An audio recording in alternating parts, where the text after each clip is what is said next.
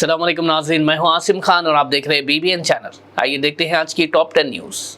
Saudi अरब की हुकूमत ने उम्रा वीज़ा के निज़ाम में अहम तब्दीली करते हुए उसकी वैलिडिटी अब सिर्फ 1 महीने तक महदूद कर दी है, जबकि पहले ये वीज़ा 3 महीने तक के लिए होता था। हुकूमत ने कहा कि अगर कोई ज़ायर 30 दिन के अंदर सऊदी अरब में दाखिल नहीं होता तो उसका वीज़ा अपने आप कैंसिल हो जाएगा।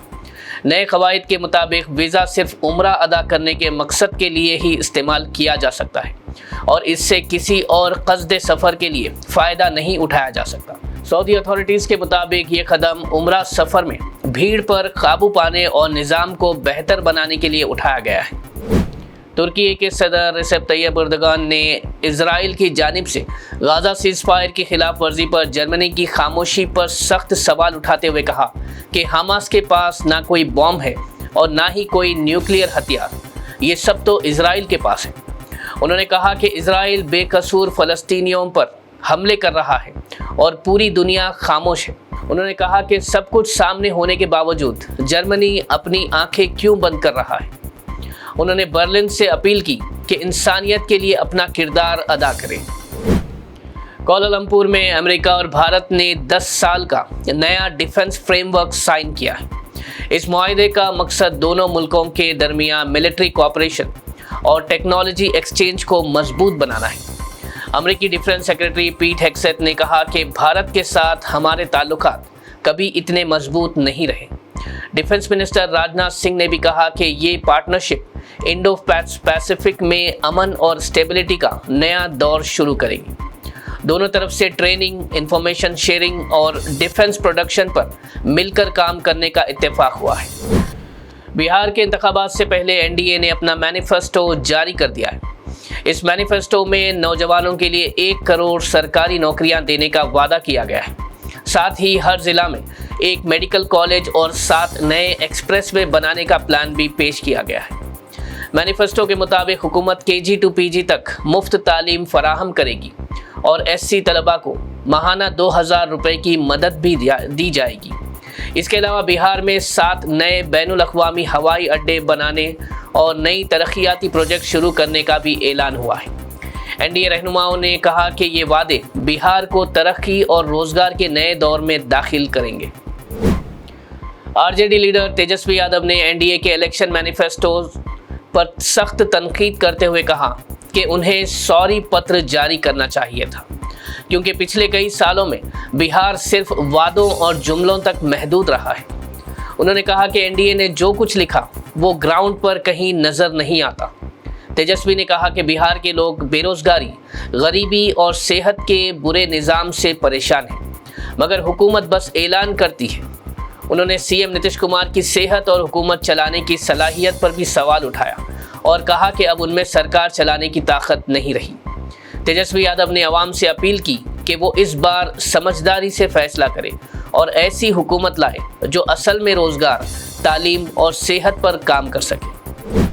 उत्तर प्रदेश के भगवानपुर और बुलाकीगढ़ गांव में कुछ दिन पहले मंदिरों की दीवारों पर आई लव मोहम्मद लिखा गया था, जिसके बाद इलाके में तनाव फैल गया। पुलिस की जानिब से इस मामले में पहले कुछ मुस्लिम अफराद को गिरफ्तार किया गया था, लेकिन तहकीकात के बाद पुलिस ने 4 हिंदू अफराद जिनके नाम जिशांत सिंह, आकाश सरस्वत, दिलीप शर्मा और अभिषेक सरस्वत, इनको गिरफ्तार किया। पुलिस ने बताया कि इन लोगों ने एक ज़मीनी झगड़े के चलते मुस्लिम परिवार को फंसाने के लिए ये लिखकर साजिश की थी। हालात ख़राब होने से पहले ही जांच के बाद सब कुछ साफ हो गया। पुलिस ने कहा कि इस हरकत से इलाके में फ़िज़ा ख़राब हो सकती थी, इसलिए सिक्योरिटी बढ़ाई गई है और लोगों से अमन बरकरार रखने की अपील भी की गई है। AIMIM चीफ असदुद्दीन ओवैसी ने बिहार के पूर्णिया में जलसे से खिताब करते हुए मोदी हुकूमत पर सख्त तनकीद करते हुए कहा कि हम नए वक्फ एक्ट की मुखालिफत करते हैं। उन्होंने कहा कि ये कानून हमारी मसाजिद, मदारिस और दरगाहों पर कब्ज़ा करने के लिए बनाया गया है। असद ओवैसी ने कहा कि ये कानून आइन के आर्टिकल 25 और 26 की खिलाफ वर्जी करता है, जो मजहबी आज़ादी देती है। उन्होंने जलसे में लोगों से कहा कि अपने मोबाइल की रोशनी ऑन करें ताकि देखा जा सके कितने लोग इस एक्ट के खिलाफ हैं। असद ओवैसी ने जोर देकर कहा कि मस्जिद हर मुसलमान की है और यहाँ सब बरादरियों के लोग नमाज अदा करते हैं। सीनियर कांग्रेस रहनुमा और फॉर्मर क्रिकेटर मोहम्मद अजहरुद्दीन ने आज राजभवन में गवर्नर जिष्णु देव वर्मा, वजीर आला रेवंत रेड्डी और दूसरे कांग्रेस रहनुमाओं की मौजूदगी में तेलंगाना कैबिनेट मिनिस्टर के तौर पर हलफ उठाया। उनकी तैनाती उस वक्त हुई जब तेलंगाना हुकूमत ने अपनी कैबिनेट बढ़ाने का फैसला किया। इसके बाद अजहरुद्दीन अभी के लिए कैबिनेट में अकेले मुस्लिम मिनिस्टर होंगे। हलफ बर्दारी के बाद अजहरुद्दीन के चाहने वालों में खुशी की लहर देखी गई। हलफनामे के बाद अजहरुद्दीन ने कांग्रेस पार्टी और अवाम का शुक्रिया भी अदा किया। तेलंगाना की हुकूमत ने एमएलए पी सुदर्शन रेड्डी को सरकारी मशीर मुकर्रर कर दिया है। उन्हें फ्लैगशिप वेलफेयर और तरक्याती स्कीम्स की निगरानी का जिम्मा दिया गया है, जिसका रुतबा कैबिनेट मिनिस्टर के बराबर होगा। सरकार के मुताबिक सुदर्शन रेड्डी मुख्तलिफ जिला कलेक्टर्स और अफसरों के साथ मिलकर स्कीम्स के इम्प्लीमेंटेशन का जायजा लेंगे। इस सिलसिले में एक खास फ्लैगशिप स्कीम्स यूनिट भी कायम की जा रही है, जो सीधा हुकूमत को रिपोर्ट करेगी।